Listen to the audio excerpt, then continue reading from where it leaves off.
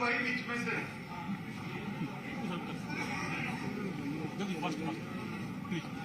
Media जो जान नहीं रहे वो सेट कर बैठ जाए, जरा बैठ जाओ भाई। अरे बैठ जाओ, मैं जिद्दी टाइप का आदमी नहीं बोलूंगा। बैठ जाओ।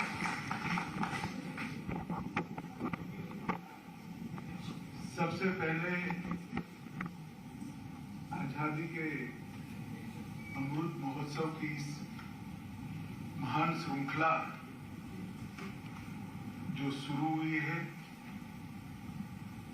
उसमें जुड़ने के लिए मैं माता गुजरी यूनिवर्सिटी को बहुत बहुत साधुवाद और सभी स्टूडेंट को मेरे साथ एक जयकारा लगाने के लिए कहता हूं, बोले सो निहाल। कल मैं जब आया उसके पहले ध्यान से मेरा निवास और कार्यक्रम कहाँ है मैंने नहीं देखा था।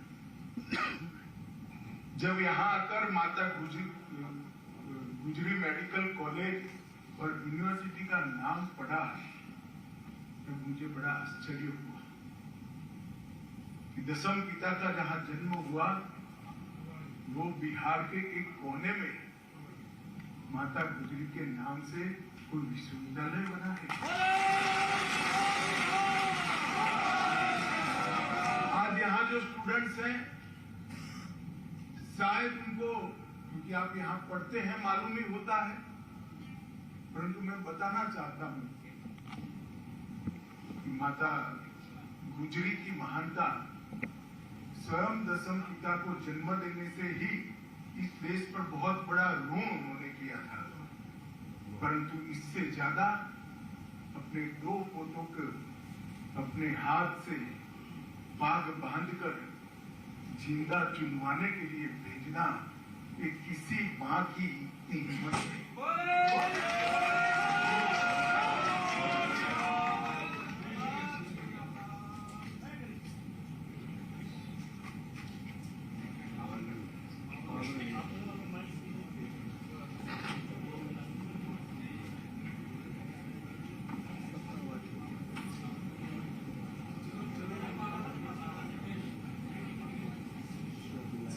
किसी मां की इतनी हिम्मत नहीं होती कि अपने दो पोते जिन्होंने दुनिया भी नहीं देखी है, दुनिया को समझा भी नहीं है, उसको देश और धर्म के काज जिंदा चुनवाने के लिए अपने हाथों से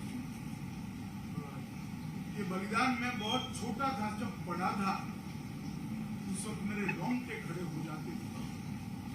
बहुत देखे हैं, बहुत सुने हैं जो अपने बेटे को हंसते हंसते मातृभूमि के लिए शहीद होने के लिए भेजते हैं, मगर ऐसा ना देखा न सुना जो अपने दो दो पोतों को जिंदा चुनवाने के लिए मातृभूमि के लिए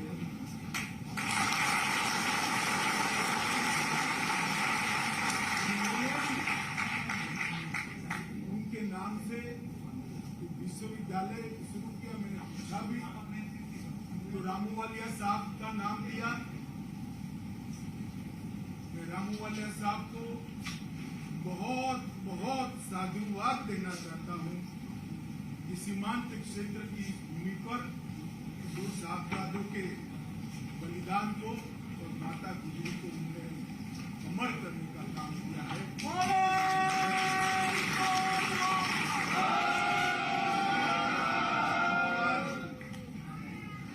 हम आजादी के अमृत महोत्सव के कार्यक्रम के तहत एकत्रित आए हैं। ये कार्यक्रम भैया एक भीड़ ज्यादा है इसीलिए बंद हो जाता है, अब छोड़ दो, आवाज पहुंच जाएगी। आप ज्यादा बोलिए मत। आजादी का अमृत महोत्सव एक ऐसा पल है जो इतिहास में दोबारा नहीं आता है। इतिहास तो आगे बढ़ता है, समय आगे बढ़ता है, मगर गया हुआ पल वापिस नहीं आता है। मैं आप सभी लोग बहुत सौभाग्यशाली है कि हम उस वर्ष में हैं जिस वर्ष को आजादी के अमृत महोत्सव के रूप में जाना जाता है। सैकड़ों सालों की गुलामी को लाखों लाखों लोगों के बलिदान के बाद और विशेषकर 1857 से लेकर 1947 तक के एक 90 साल के संघर्षपूर्ण स्वातंत्र संग्राम के बाद जब देश आजाद हुआ तब अनेक लोगों के मन में ढेर सारी अपेक्षाएं थी, स्वप्न थे। बदलती हुई दुनिया में देश अपने भूतकाल के अनुरूप फिर से एक बार विश्व के सर्वप्रथम स्थान पर बैसेगा, ऐसा स्वप्न देखकर कई लोग हंसते हंसते फांसी के मंच पर चढ़ गए। 17 साल का खुदीराम बोझ हो या 23 साल का सरदार भगत सिंह हो, किसी ने यह नहीं सोचा था कि मेरे जीवन में बाकी क्या बचा है। इन्होंने ये सोचा था कि मेरे बलिदान से अगर इस देश को आजादी मिलती है तो मेरे जीवन में मेरा कुछ नहीं बचा। और ऐसे बलिदानियों के बलिदान से ये देश आजाद हुआ। 75 साल तक की यात्रा हमने बड़े गौरव के साथ समाप्त की। हमारी गति पर कोई सवाल उठा सकता है, कोई कहेगा कम गति से आगे बढ़ेंगे, कोई कहा ज्यादा गति से आगे बढ़ेंगे। जिसके हाथ में देश की जनता ने शासन दिया वो सभी ने अच्छा किया है। मगर अभी आजादी के 75वें साल में बहुत बड़ी घटना हुई है, मैं आपको बताना चाहता हूं। अर्थतंत्र की तालिका में 2014 में हमारा देश 11वें स्थान पर था और आज आजादी के अमृत महोत्सव में वो 5वें स्थान पर आ। जैसे को आने को वो 7वें स्थान से 6ठे स्थान पर भी आया, मगर वो इतना महत्वपूर्ण नहीं है। 5वें स्थान पर जब हम आए हैं तो 5वां स्थान इंग्लैंड का था, उससे आगे बढ़कर हम 5वें।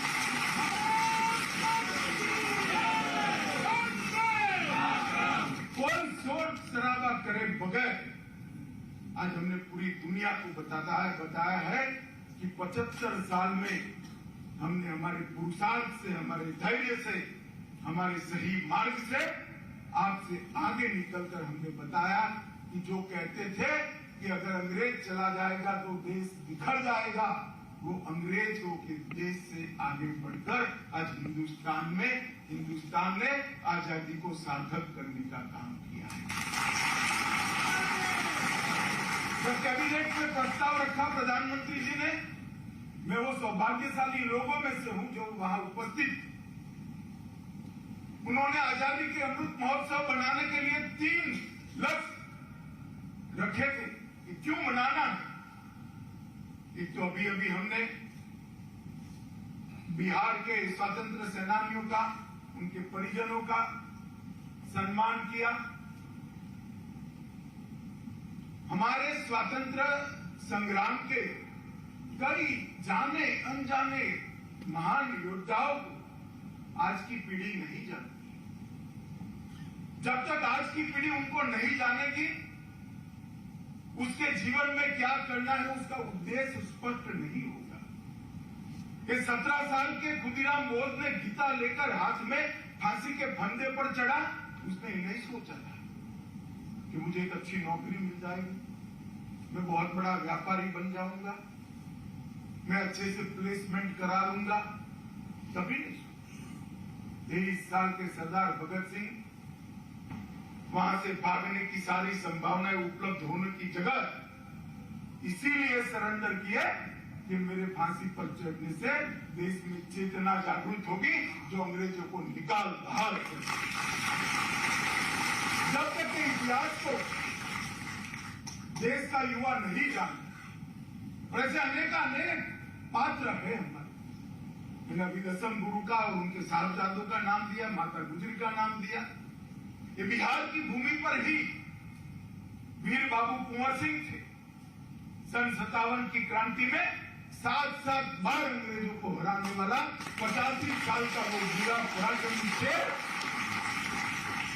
जब गंगा पार करते हुए इसके हाथ में गोली लग गई, अपने दाहिने हाथ से बाया हाथ काट दिया कि अब एक निकम्मा हो गया मेरा हाथ, भारत माता के काम में नहीं आएगा, और लड़ता रहा और अंतिम सांस तक देश को आजाद कराने का प्रयास किया। इस प्रकार से अनेक वीरों ने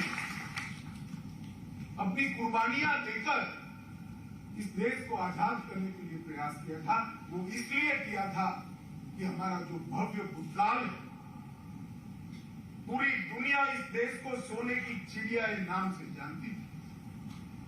तक्षशिला, विक्रमादित्य और नालंदा में विश्व भर के लोग मेडिकल साइंस, इंजीनियरिंग की तकनीक, वेद, उपनिषद और विश्व भर की भाषाओं का व्याकरण पढ़ने के लिए आते थे। शिक्षा में भी हम अद्भुत थे, व्यापार में बहुत आगे थे, समृद्धि में पूरा देश हमारा, दुनिया हमारा लोहा मानता था। वो स्थान पर पहुंचाने के लिए देश को उन्होंने अपना बलिदान दिया था।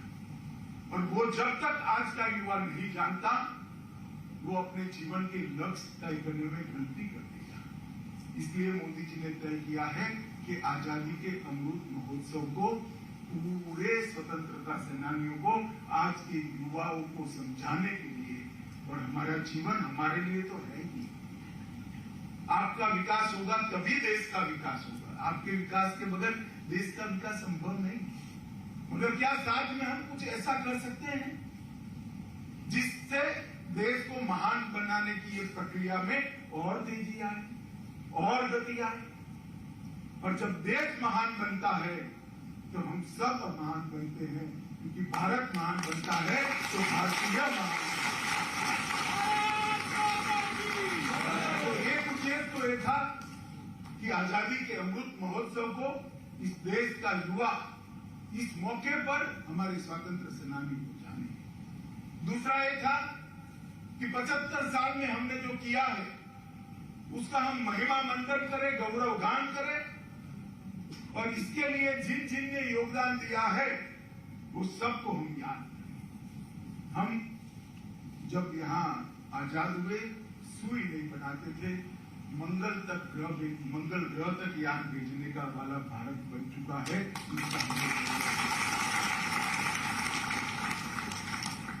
ये जो 75 साल की यात्रा हुई, और जो कहते थे कि हम बिखर जाएंगे, उनसे भी ज्यादा मजबूत लोकतंत्र, हमारे लोकतंत्र की जड़ें पाताल से भी गहरी चली गई है।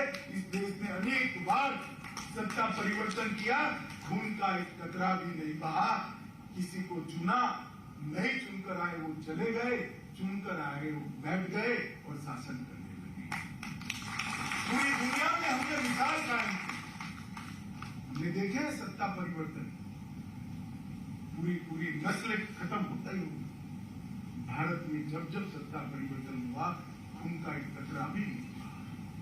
हमने लोकतंत्र की हमारी जड़ों को पाताल से गहरा करने का काम किया है। इसका महिमा मंडन करना, 75 साल की सिद्धियों का, और तीसरा 75 साल से 100 साल, 2047 में देश के जब आजादी की शताब्दी मनाई जाएगी, तो 75 साल से 100 साल एक अमृत काल के लिए क्या करेंगे? अमृत काल में हर क्षेत्र के अंदर